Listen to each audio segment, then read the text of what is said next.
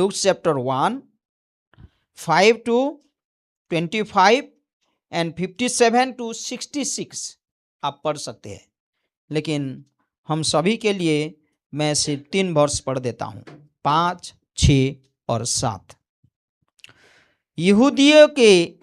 यहूदिया के राजा हेरोदस के समय अबियाह के दल में जखराया नाम का एक याजक था और उसकी पत्नी हारून के वंश की थी जिसका नाम एलिशिबा था।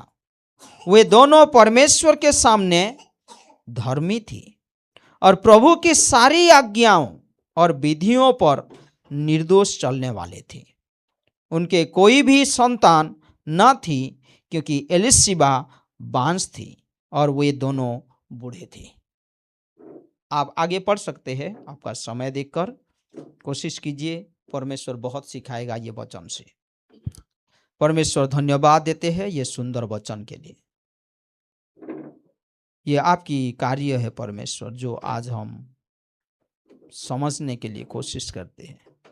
मदद कीजिए, बातें कीजिए।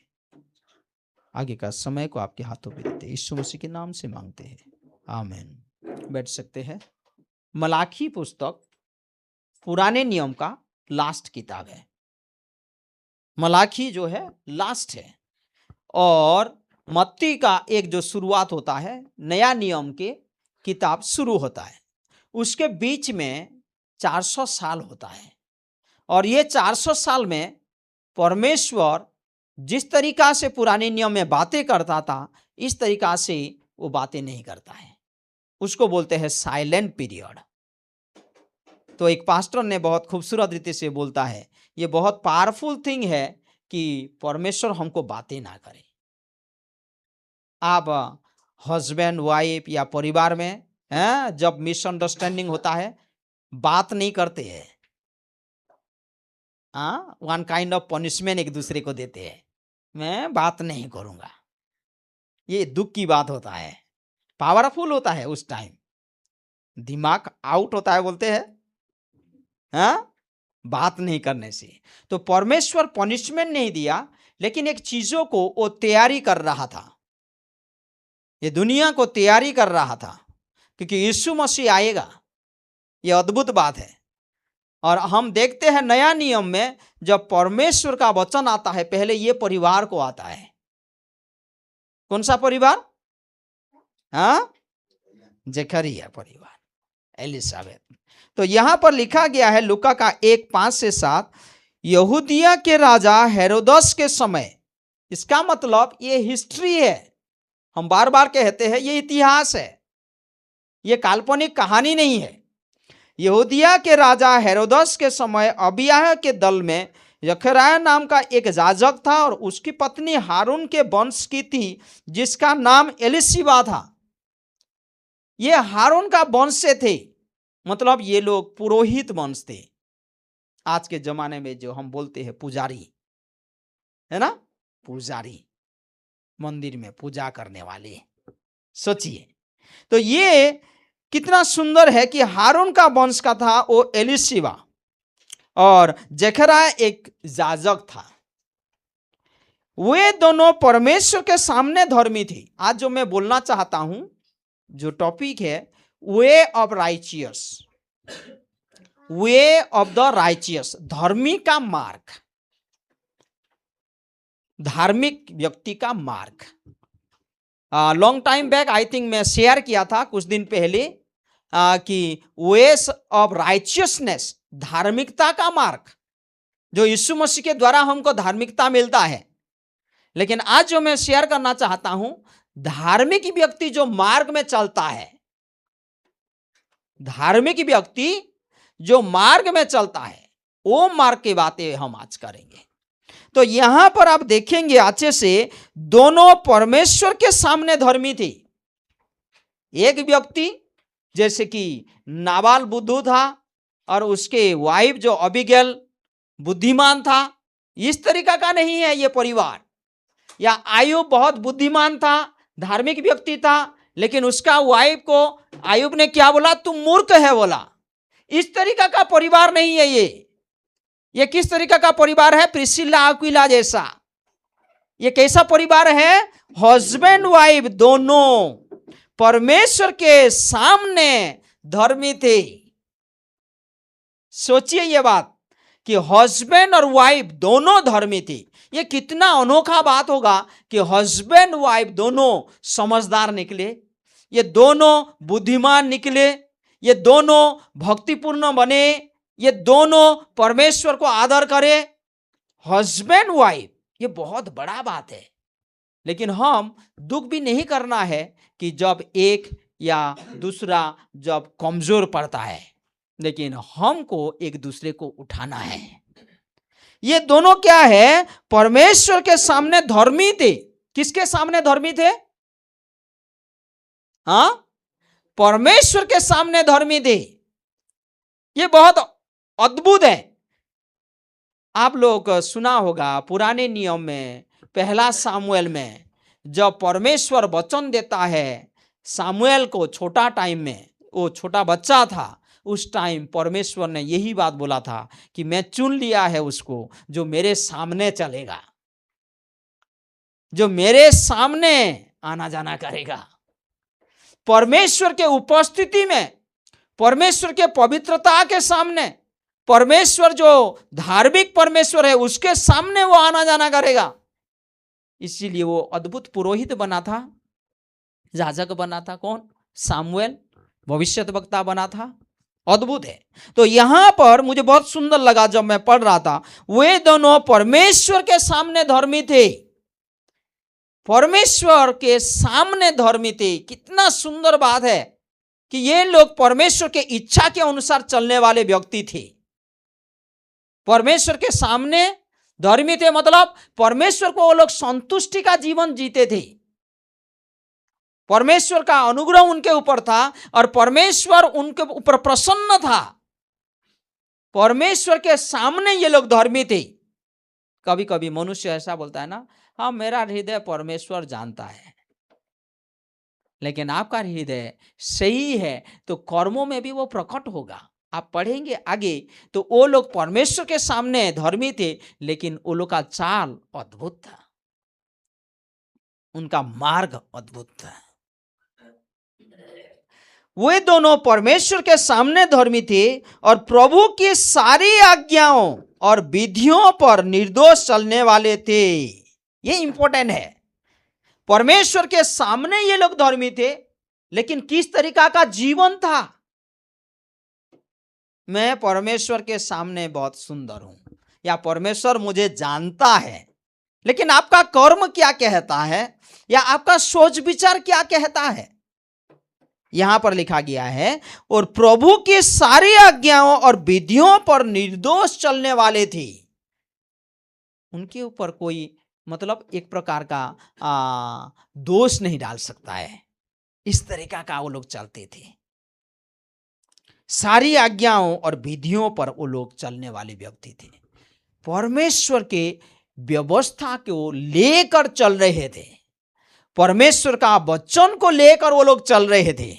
वो लोग परमेश्वर के सामने धर्मी थे, परमेश्वर का वचन को लेकर चल रहे थे। हम परमेश्वर के सामने धर्मी होते हैं, मतलब परमेश्वर की इच्छा के अनुसार चलते हैं। हाँ, बाइबल कहता है ना, धार्मिक कैसे चलेगा? विश्वास से चलेगा। कहां पर उसका विश्वास है?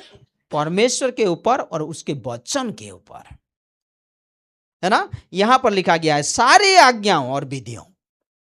परमेश्वर के वचन के आधार पर ये लोग चलने वाले व्यक्ति थे। ये कितना खूबसूरत है। बाइबल में बहुत सारे उदाहरण है कि वो लोग धार्मिक थे। कौन थे बोलिए तो एक दो उदाहरण। धार्मिक व्यक्ति कौन थे? हाँ, नोहा धार्मिक व्यक्ति था। और कौन?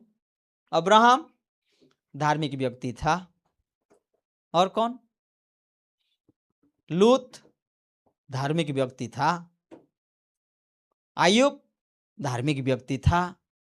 बहुत सारे उदाहरण है ये लोग धार्मिक व्यक्ति थे। तो इसीलिए आज मैं आप लोगों का मन को थोड़ा हिलाना चाहता हूँ। आप लोग सोचिए कि धार्मिक व्यक्ति का मार्ग कैसा होता है। धार्मिक व्यक्ति का मार्ग नंबर 1 ये क्या है? वो लोग सारी आज्ञाओं और विधियों पर निर्दोष चलने वाले थे। वचन को लेकर चल रहे थे। वचन क्या सुनने वाले सिर्फ नहीं थे। जेम्स का किताब में लिखा गया है, वो लोग सिर्फ सुनने वाले नहीं थे, कर्मों में वो लोग प्रकट कर रहे थे। परमेश्वर के सामने वो लोग धर्मी थे। सारे आज्ञाओं और विधियों को लेकर वो लोग चल रहे थे। कितना अद्भुत है!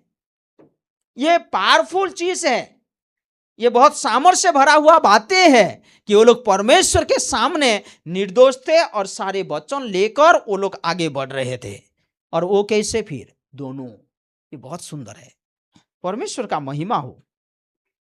लेकिन आगे आप पढ़ेंगे ये वचन, उनके कोई भी संतान न थी क्योंकि एलिशिबा बांझ थी और वो दोनों बूढ़े थे। इंग्लिश बाइबल में कोई पढ़िए तो क्या लिखा है? 7 वर्स 7।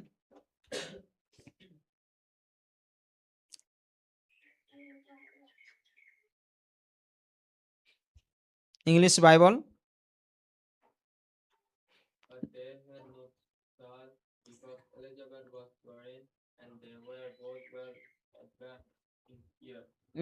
यहां पर क्या लिखा है? बट लिखा है। बट मतलब लेकिन। इसका मतलब उसका अपोजिट है। वो लोग धार्मिक व्यक्ति थे, but they had no child. अरे परमेश्वर के सामने अच्छे से वो लोग चल रहे हैं, परमेश्वर के प्रसन्नता का जीवन जी रहे हैं, परमेश्वर के वचन को लेकर चल रहे हैं, लेकिन उनके पास एक अभाव था, कमियां था। क्या था? उनके पास बच्चा नहीं है। ये परमेश्वर के साथ इतना व्यस्त है, परमेश्वर को लेकर वो जीवन जी रहा है, लेकिन उसके जीवन में क्या है? ये बांझ है। But they had no child because Elizabeth was barren and they were both well advance in years. बूढ़े हो गए हैं ये लोग, बूढ़े हो गए हैं। दे वर एडवांस इन ईयर्स। परमेश्वर क्यों काम नहीं कर रहा है उनके जीवन में? उनका बच्चा नहीं है, बांझ है। बांझ होना एक शर्माहट बात बोलते हैं, शर्म की बात बोलते हैं समाज में, बांझ होना। ये लोग तो परमेश्वर को लेकर चलने वाले, परमेश्वर के वचन के आधार पर चल रहे हैं। और आगे आप पढ़ेंगे तो ये फेथफुल है अपने ड्यूटी में। This is very important again. देखिए उनके पास कमियां हैं, वो लोग बांझ हैं, लेकिन अपना ड्यूटी को कम नहीं करते हैं। अब आगे पढ़ेंगे, वो फेथफुली परमेश्वर का सेवा कर रहे हैं। इसको बोलते हैं धार्मिक। वो परमेश्वर का सेवा फेथफुली कर रहे हैं। यस, अपना जीवन में कुछ कमियां है, तकलीफ है, परेशानी है, लेकिन वो लोग परमेश्वर के सामने धर्मी थे। आज हमारा जो बाइबल का इंटरप्रिटेशन ऐसा होता है, ये बीमार होता है, उसके पास विश्वास नहीं है, वो ये हो गया, उसके पास विश्वास नहीं है। ये धार्मिक व्यक्ति बांझ है। परमेश्वर के प्रसन्नता के अनुसार जीने वाले व्यक्ति, परमेश्वर का वचन इधर लिखा गया है, सारी आज्ञाओं और सारी विधियों को लेकर निर्दोष से चलने वाले व्यक्ति अभी बांझ है। और वो बांझ होना समाज में एक बहुत शर्म की बात है। लेकिन ये लोग फेथफुल है अपने ड्यूटी में, अपने जिम्मेदारी में, फेथफुली जाकर सेवा कर रहे हैं, फेथफुली जाकर सेवा कर रहे हैं। अभी मैं कुछ बात बोलूंगा, हमारा इंटरप्रिटेशन अलग होता है एक विश्वासी के जीवन में। ये सुनिए कि ये तो धार्मिक व्यक्ति है, ये यीशु मसीह का नाम को जपता रहता है, और ये क्यों ऐसा हुआ है? हमारा पास्टर काल जो थे 10-12 साल वो बेड में थे, उनको उठाना पड़ता था, हमेशा उठाना पड़ता था, लेकिन उनका चेहरा हमेशा खिला, क्या बोलते हैं, हमेशा हंसता हुआ चेहरा था। ये बड़ा चमत्कार, सबसे बड़ा चमत्कार कौन सा? हमारे हृदय में होता है, हमारे मन में होता है, हमारे विश्वास में दृढ़ होता है। बड़ा चमत्कार। तो वो बहुत दिन तक बीमारी थी, लेकिन लास्ट टाइम तक वो प्रचार करने लगते थे, प्रचार कर रहे थे। हाँ पास्टर है, देखो तो इतना बड़ा बीमारी हो गया। लोग देखेंगे तो क्या इंटरप्रेट करेंगे? समझ में आ रहा है बात? उनको उठाकर लाकर बैठाना पड़ता था और वो प्रचार करते थे। जब प्रचार करते थे उनका भाषा को हम लोग समझ नहीं पाते, उनका वाइफ थोड़ा सा इंटरप्रिटेशन करते थे। तो कहने का मतलब वो धार्मिक व्यक्ति के जीवन में क्या समस्या नहीं आएगा? ये दुनिया का जो अनुवाद इंटरप्रिटेशन अलग है, परमेश्वर की नजर में वो लोग धर्मी थे। देखिए आगे कैसा होता है। तो जब दूतों ने आता है, दूतों ने आकर क्या बोलता है कि तेरा प्रार्थना ग्रहण हुआ है। ये अभी ग्रहण नहीं हुआ है, जिस दिन से तू बच्चे के लिए प्रार्थना कर रहा था उस समय तेरा प्रार्थना ग्रहण हुआ है। ये सुंदर है, तेरा प्रार्थना ग्रहण हुआ है।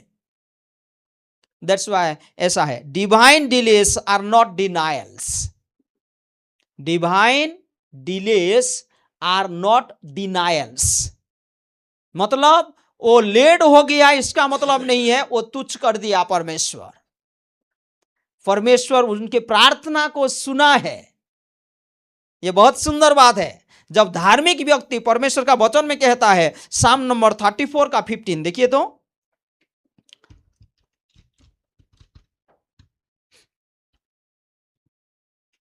साम नंबर 34 का 15, यहोवा की आंखें धर्मियों पर लगी रहती है और उसके कान भी उनके दुआई की ओर लगे रहते हैं। हाँ, यहोवा की आंखें धर्मियों पर लगी रहती है। परमेश्वर का दृष्टि धार्मिक व्यक्ति के ऊपर रहता है। जो लोग परमेश्वर को आदर करते हैं, जो परमेश्वर का वचन को आदर करते हैं, जो परमेश्वर का स्तुति करने में प्रसन्न रखते हैं, उनके ऊपर परमेश्वर का दृष्टि रहता है हमेशा, और उसके कान भी उनकी दुआई की ओर लगे रहते हैं। परमेश्वर उनका प्रार्थना सुनता है। धार्मिक व्यक्ति का प्रार्थना व्यर्थ नहीं होता है, परमेश्वर उसको ग्रहण करता है। परमेश्वर वो दोनों का प्रार्थना को भी ग्रहण किया था। ये मनुष्य होने के नाते समझ नहीं पा रहे थे, ओ क्या हो गया, हम इतना धर्मी है, हम इतना सेवा कर रहे हैं, परमेश्वर के पास आ रहे हैं, निरंतर हम परमेश्वर के सेवा में लगे रहते हैं, फिर भी परमेश्वर क्यों इतना हमारा प्रार्थना नहीं सुन रहा है? लेकिन परमेश्वर उनका प्रार्थना सुना है। जब वो स्वर्गदूत ने बोलता है तो जकरिया ने अविश्वास करता है। That is another one point I want to share. Your faith, if you are like lack of faith, it does not disqualify you. यहां पर एक राइचियस व्यक्ति है, लेकिन वो डिस्क्वालीफाई नहीं होता है, वो भी थोड़ा डाउट करता है। देखिए तो 18 वर्ष 18 में, लूका का 1 का 18, जकरिया ने स्वर्गदूत से पूछा, यह मैं कैसे जानूं, क्योंकि मैं तो बूढ़ा हूं, मेरी पत्नी भी बूढ़ी हो गई है।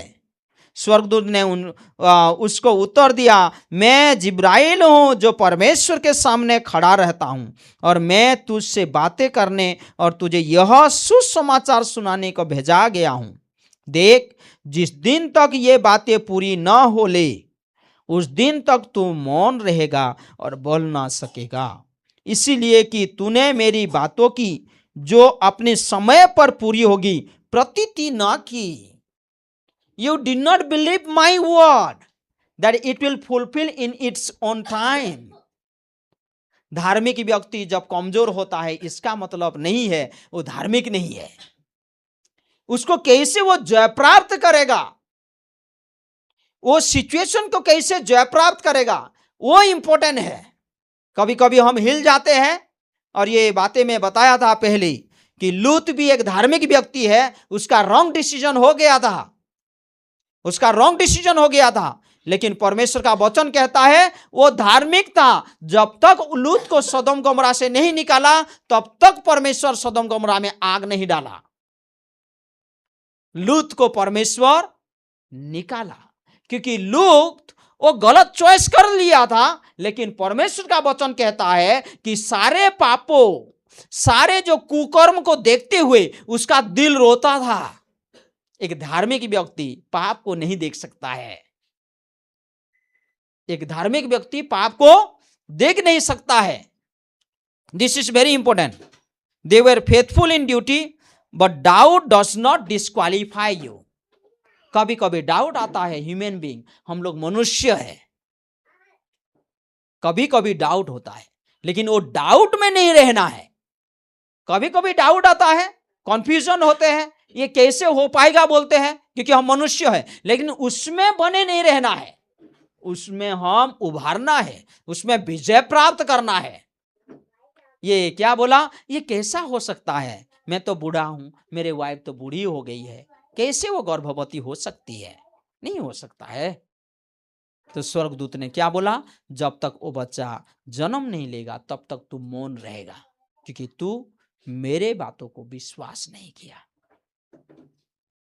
जो बातें अपने समय पे पूरी होगा। तो डाउट और फेथ या विश्वास, जब हमारा संदेह होता है या विश्वास कमजोर होता है, उसके लिए हम प्रार्थना करना है, उसमें नहीं रहना है। ये सुंदर बात है। तो आज हमारे लिए शिक्षा क्या है, हम धार्मिक है, हम सब लोग धार्मिक है, लेकिन जब हम कमजोर पड़ जाते हैं, जब हमारे कल्पना के अनुसार ये बातें नहीं हो पाता है बोल के सोचते हैं, उस टाइम हमको थोड़ा सोचना है, परमेश्वर के पास आना है, विश्वास को बढ़ाने के लिए प्रार्थना करना है परमेश्वर के पास, है ना।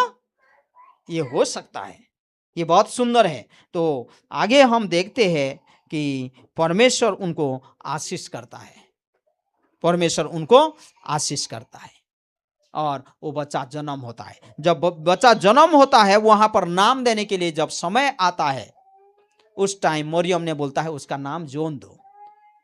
तो लोगों ने बोला ये नाम से तो कोई भी तुम्हारे वंश में तो कोई भी नहीं है, हाँ, तुम्हारे वंश में कोई नहीं है ये नाम से, तो कैसे करेंगे। फिर वो पॉइंट आउट करता है जखरिया के प्रति। जखरिया उस टाइम बोलता है मेरे पास एक प्लेट लाओ जिसमें मैं लिख सकता हूं, है ना। उसके बाद वो लिख देता है कि यूहन्ना देंगे बोल के हमारा बच्चा करना। उसके बाद मुंह खोल जाता है। धार्मिक व्यक्ति का प्रार्थना परमेश्वर सुनता है। हो सकता है थोड़ा सा समय लगेगा, लेकिन ये बहुत पावरफुल व्यक्ति है। ये दोनों की धार्मिक थी, परमेश्वर के सामने विधियों के अनुसार, परमेश्वर के वचन के अनुसार वो लोग चल रहे थे। हम लोग क्या होता है, दिखा हुआ चीजों में विश्वास करते हैं और मजबूत बनते हैं, लेकिन ये लोग फेथफुली परमेश्वर का सेवा कर रहे थे, फेथफुली परमेश्वर का सेवा कर रहे थे। धार्मिक का मार्ग मतलब कौन सा मार्ग, अपना मार्ग नहीं है, परमेश्वर का मार्ग, परमेश्वर का वचन। एक वचन निकालिए मेरे साथ, होशिया का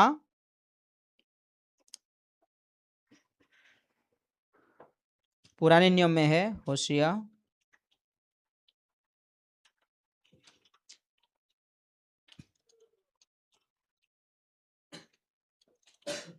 14 का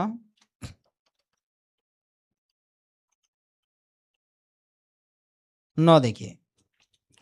परमेश्वर का मार्ग जब अपनाते हैं वो धार्मिकता का मार्ग बन जाता है, धार्मिक व्यक्ति का मार्ग बन जाता है। हम कौन सा मार्ग में चलते हैं, परमेश्वर के मार्ग में, परमेश्वर का गाइडेंस दिया हुआ मार्ग में। हाँ, ये साम नंबर 32 में भी लिखा गया है, I will instruct you in the way you will go और यू विल वॉक। हाँ, तो यहां पर देखिए 9 में, होशिया का 14 का 9, जो बुद्धिमान हो वही इन बातों को समझेगा, जो प्रवीण हो वही इन्हें बूझ सकेगा, क्योंकि यहोवा के मार्ग सीधे है और धर्मी उनमें चलते रहेंगे और धर्मी उनमें चलते रहेंगे, परंतु अपराधी उनमें ठोकर खा कर गिरेंगे। धर्मी व्यक्ति परमेश्वर के मार्ग में चलते रहेगा, वो उधर उधर नहीं देखेगा, लेफ्ट नहीं देखेगा, राइट नहीं देखेगा, बैक नहीं देखेगा, परमेश्वर का दिया हुआ मार्ग में वो चलते रहेगा। मेरे जीवन में क्या कमियां हैं वो नहीं देखेगा, ये क्यों ऐसा हो रहा है ये ब्लेम नहीं करेगा दूसरे को, वो परमेश्वर को देखते हुए चलेगा, निरंतर वो परमेश्वर के सेवा में लगे रहेगा। धर्मी क्या करेगा? परमेश्वर के साथ चलते रहेगा। तो हो सकता है थोड़ा सा डिले होगा, हो सकता है आपके पास कमजोरी होगा, हो सकता है कभी कभी आपके जीवन में डाउट आ जाएगा, आपका फेथ डिक्रीज हो जाएगा, लेकिन अंत क्या होगा? परमेश्वर का वचन कहता है दे विल शाइन, वो लोग चमकेंगे। प्रोवर्ब्स चैप्टर 4 का 18 देखिए तो, नीति वचन का 4 का 18 देखिए। परंतु धार्मियों के चाल उस चमकती हुई ज्योति के समान रहे। कितना सुंदर! परंतु धर्मियों के चाल उस चमकती हुई ज्योति के समान है जिसका प्रकाश दोपहर तक अधिक अधिक बढ़ता रहता है। यह धार्मिक का चाल है, the way of righteous man. धार्मिक व्यक्ति का चाल हमेशा चमकता रहेगा, वो कमियां में वो ध्यान नहीं देगा, वो दूसरे ऊपर ध्यान नहीं देगा, सिचुएशन के ऊपर ध्यान नहीं देगा, लेकिन वो परमेश्वर का वचन को लेकर चलेगा, वो परमेश्वर को देखते हुए वो चलेगा। परमेश्वर उसको एक गवाह बनाएगा, सुंदर गवाह बनाएगा। आप लोगों को मालूम है ना, जब मरियम एलिजाबेथ का घर को आता है, एलिजाबेथ कितना सुंदर रीति से उसको वेलकम करता है। वो एलिजाबेथ का कार्य जो परमेश्वर उसके जीवन में किया है, वो कार्य को देखते हुए मरियम का भी विश्वास बढ़ता है, वो गवाही बनता है। एलिशिबा और जकरिया एक अच्छा गवाही बनते हैं, उनका चाल बहुत सुंदर है। ये धार्मिक व्यक्ति का मार्ग है। हम दाएं नहीं देखते हैं, बाएं नहीं देखते हैं, पीछे नहीं देखते हैं, परमेश्वर की ओर देखते हैं। परमेश्वर का दिया हुआ वचन को लेकर हम चलते हैं। ये आइज़ाया का 30 में भी लिखा गया है कि जब तुम चलोगे पीछे से आवाज सुनोगे, तुम ये मार्ग में चलो, ये राइचियस वे है, धार्मिक व्यक्ति का मार्ग है। तो हम लोग बने रहिए परमेश्वर में, हमारा सिचुएशन के अनुसार हम रिएक्ट ना करें, दूसरे को हम ब्लेम ना करें, सिचुएशन को हम ब्लेम ना करें। हो सकता है हम कभी कमजोर हो जाते हैं, हो सकता है आपके जीवन में कभी संदेह आ गया कुछ बातों, लेकिन आप बढ़ते रहिए, बने रहिए, परमेश्वर आपको चमकाएगा उसकी महिमा के लिए। आमीन। परमेश्वर हम सभी को बहुत ऐसे आशीष करें। आइए प्रार्थना करते हैं। धन्यवाद देते हैं परमेश्वर ये सुबह के समय के लिए। ये वचन आपके दिया हुआ वचन है परमेश्वर, हमको मदद कीजिए धार्मिक जीवन जीने के लिए। यीशु मसीह हमारे पापों के लिए आप क्रूस पे मारा गया और हमको पूरे रीति से धार्मिक कहलाते हैं।